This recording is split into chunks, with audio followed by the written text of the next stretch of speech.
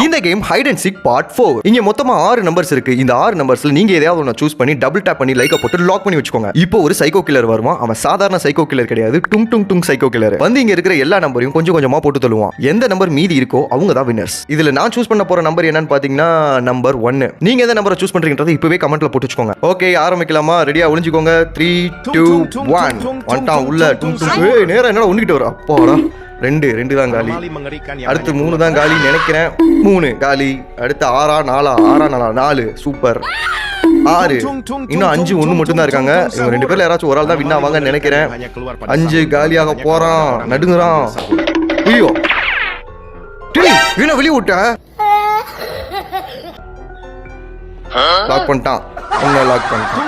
டேய் என்னங்கடா டேய். என்னடா ஏய். நம்பர் 5 தான் வின்னர்.